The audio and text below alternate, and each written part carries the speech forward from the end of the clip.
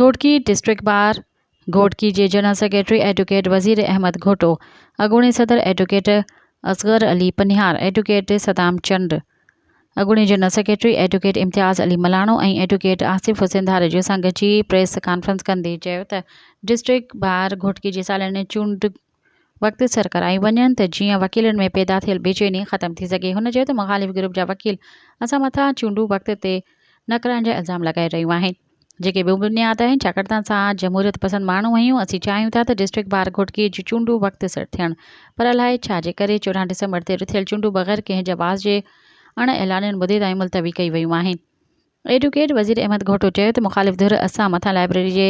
तामीर दौरान करप्शन जा इल्ज़ाम लॻाए रहिया आहिनि, जॾहिं त लाइब्रेरी जो फंड माड़ी गैस कंपनी जी तरफ़ां डिप्टी कमिश्नर मार्फत ॾिना विया हुआ।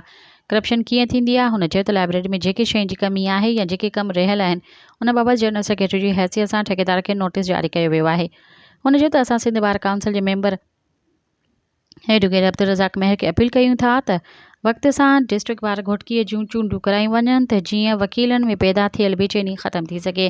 इन मौक़े ते एडवोकेट ग़ुलाम यासीन नाइच, एडवोकेट राव आसिफ अली राजपूत, एडवोकेट वाहिद बख्श भुट्टो, एडवोकेट सईद इम्तियाज़ सुलेमान शाह, एडवोकेट लाल बख्श घोटो, एडवोकेट बशीर अहमद मलाणो, एडवोकेट सनाउल्ला मेहर ऐं ॿिया पिणु मौजूदु हुआ। हिन प्रेस कॉन्फ्रेंस जो मतिलबु साफ़ इहो आहे त असांजे दोस्तनि जा असां ते इल्ज़ाम आहिनि त 3 गुज़रण खां पोइ बि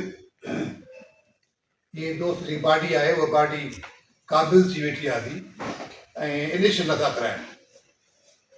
असां उन लाइ वादे कयूं था त घोटकी डिस्ट्रिक्ट बार तरफ़ां बीइंग अ जनरल सेक्रेटरी असां हिकिड़ो शेड्यूल ॾिनोसीं जंहिंजी पोलिंग ते 14 डिसंबर हुई ऐं नॉमिनेशन फार्म जेको आहे उहो 22 नवंबर को भरणा हुया, पर उन्हनि खे पोस्टपोन कयो वियो सिंध बार काउंसिल सां बग़ैर कंहिं जवाब जे। आमतौर ते थींदो ईअं आहे त का बि पोस्ट जेकॾहिं इलेक्शन पोस्टपोन थींदी आहे त को माण्हू कैंडिडेट फोर्थ थी वञे या को अहिड़ो ॿियो जवाबु अचे जंहिंजे करे मजबूर मुलतवी करणी पवंदी आहे, पर हिन में असांखे को बि अहिड़ो कैंडिडेट फोर्थ कोन थियो आहे ऐं को सऊदी बि कोन वियो आहे, को गंगा जमुना बि कोन वियो आहे, पर हे बग़ैर कंहिं जवाब जे बग़ैर कंहिं दरख़्वास्त जे पोस्टपोन कयो वियो ऐं उनजो इल्ज़ाम असां ते आहे। असां चऊं था त जेकॾहिं असां डिस्ट्रिक्ट बार जा जेके बि मेंबर आहियूं सभई माण्हू जेकॾहिं असां तयारु आहियूं त इलेक्शन ते त उहा कहिड़ी ताक़त आहे जेकी हिनखे रोकराए थी त इलेक्शन न थिए। असां पंहिंजे दौरान जेको हे टेन्यूर रहियो आहे असां हुन में पंहिंजे दोस्तनि सां सभिनि सां जेको आहे उहो सुठो रवैयो इख्तियार कयो आहे। जेके दोस्त इलेक्शन में मुखालिफ़ हुया उन्हनि खे बि साण खणी हलियाऊं, तरक़ियाती कम जेके आहिनि पंहिंजे हिसाब सां उहा पूरा कराइनि। हिते लाइब्रेरी जो कमु हुजे, हिते हाल जो कमु हुजे या दोस्तनि जी ॾुखी सुखी जो कमु हुजे, उनमें सभिनी में असां दोस्तनि सां गॾु रहिया आहियूं। पर असांजो मक़सदु इहो आहे त कारे कोट जी जेको आहे उहा इज़त हुजे ऐं कानून जी जेको आहे उहो पासदारी थिए। छो त हिन डिस्ट्रिक्ट बार घोटकी में असांखे 26 साल प्रैक्टिस थिया आहिनि त इहो पहिरियों दफ़ो इहो थियो आहे त पाकिस्तान बार काउंसिल जे बायलाज़ मुताबिक़ 2nd सैटरडे ऑफ डिसंबर जी इलेक्शन पोलिंग डेट रखी वई ऐं हिन तारीख़ में कॾहिं पहिरियों ईअं न थियो आहे। असां कोशिशि कईसीं जेको में जारी कयोसीं पंहिंजे बार तरफ़ां ऐं उन खां पोइ हिकिड़ो ॿियो इल्ज़ाम असां ते त लाइब्रेरी जेकी आहे, लाइब्रेरी जा फंड जेके आहिनि हे डिस्ट्रिक्ट बार जा उहिदेदार खाई विया आहिनि।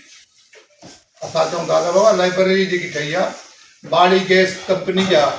पैसा आया नी थ्रू DC आया नी ऐं DC जेको आहे ॿारो ठीको खणायो आहे ठेकेदार जो हवाले आहे। असांजे हथ में कोन जा पैसा कोन आया, असां हिन खां पाक साफ़ आहियूं, असां हुन जी काई इन्वॉल्वमेंट कोन्हे, पर असांखे नज़रियो पए त जेके हुन में कमु करणा आहिनि लाइब्रेरी में जेको उनखे मटीरियल लिखियलु आहे उहो पूरो कोन्हे, उन में कुझु कोताहियूं आहिनि ठेकेदार जूं, त उन जे ख़िलाफ़ु मां उनखे लीगल नोटिस ॾिनो आहे बीइंग अ जनरल सेक्रेटरी, उनखे ॾेई छॾियो आहे, उहो मूं वटि हथ में आहे त बाबा जेकॾहिं कमु तुंहिंजो रहियल आहे पंहिंजो कमु पूरो करायो, जेको तोखे कानून करिणो आहे। त त असां उन हवाले सां सिंध बार काउंसिल जे सभिनी उहिदेदारनि खे अर्ज़ु था कयूं त असांजो घोटकी डिस्ट्रिक्ट बार जी इलेक्शन टाइम ते कराइनि, जेको असांजो सभिनी दोस्तनि जो सभिनी वकीलनि जो हक़ु आहे। ऐं असांखे इन ते वधीक असांखे नथी खपे या त असां उहिदे ते वेही करे असां अॻिते इहे पंहिंजो कंटिन्यू कयूं। मुख़्तलिफ़ दोस्तनि सां राब्ता थियनि था पिया, हिकु इल्ज़ाम ॿिए ते हणे थो, ॿियो टे ते हणे थो। खुलियल ॻाल्हि कयूं त अब्दुल्ला कुमार साहिबु जेको असांजे बार काउंसिल जो मेंबर आहे हितां जो ऐं एग्जीक्यूटिव कमेटी जो चेयरमैन बि आहे, जंहिंजे हथ में इलेक्शन कराइणो आहे, उहो इल्ज़ाम हणे थो त कुर्बान साहिबु कराई आहे। कुर्बान साहिब जा नुमाइंदा चवनि था त अब्दुल्ला कराई आहे, पर असां इहो सॼो ज़िमेवारी जेके ॾियूं था उहो अब्दुल्ला कुमार साहिब खे ॾियूं था, छो त हितां जो ज़िमेवार उहो आहे, हितां जो चूंडियल नुमाइंदो अब्दुल्ला कुमार साहिबु आहे। ऐं उते जेकी कमेटी इलेक्शन कराईंदी आहे उन में मेंबर अब्दुल्ला कुमार साहिबु आहे, त असां उन खे वरी अर्ज़ु कंदासीं त पंहिंजो टाइम ते इलेक्शन कराए। भले का ॿिया हथ आहिनि जेके रोकनि था हिनखे, त बाक़ी हिन जो इलेक्ट हुजण जो छा फ़ाइदो थींदो, हिन जो नुमाइंदो हुजण जो कहिड़ो फ़ाइदो पवंदो। त असांजे घोटकी में ॿाहिरि जो माण्हू को अची डिस्टर्ब करे इलेक्शन खे, भले को दयाल आज़ाद साहिबु हुजे, पर दयाल आज़ाद साहिबु हुजे या कुमार मलवाणा साहिबु हुजे, उनजो असांजे दिलि में वास्तो ई कोन्हे। उनजा पंहिंजा जॻानी पंहिंजे में उहो इंटरफेयर कनि था, त उन ते इल्ज़ाम हणणु मां सम्झां थो त बेबुनियाद आहे। उहा सॼी ज़िमेवारी जेकी आहे उहा असां अब्दुल्ला कुमार साहिब ते छॾियूं था पिया त उहो इनखे इलेक्शन कंडक्ट कराए। ऐं सभिनी दोस्तनि खे इंक्लूडिंग अब्दुल्ला कुमार साहिबु सभिनी असां बार काउंसिल जे उहिदेदारनि खे अर्ज़ु कयूं था त इलेक्शन ते जेकी आहे उहा टाइम ते थिए, ऐं त जीअं असां कंहिं बि दोस्त जो को बि आवाज़ न रहे। मज़ीद ख़बरनि ऐं तफ़सीलात लाइ विज़िट कयो असांजी वेबसाइट www.awamiNewsHD.com ऐं ॾिसंदा रहो अवामी न्यूज़ HD।